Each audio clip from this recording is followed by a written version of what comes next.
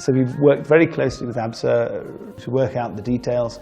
And yes, indeed, for high-quality developers, you can now get 9.5% finance. And what that means, because that's all financial jargon, but what that means to a customer is you come with a small deposit, right?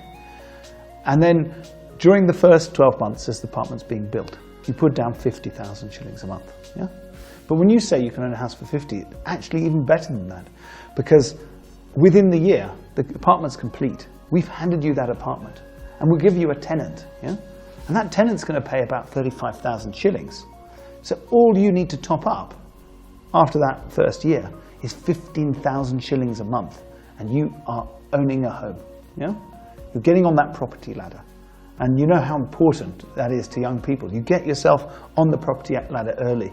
That's the difference between having an early retirement and being financially secure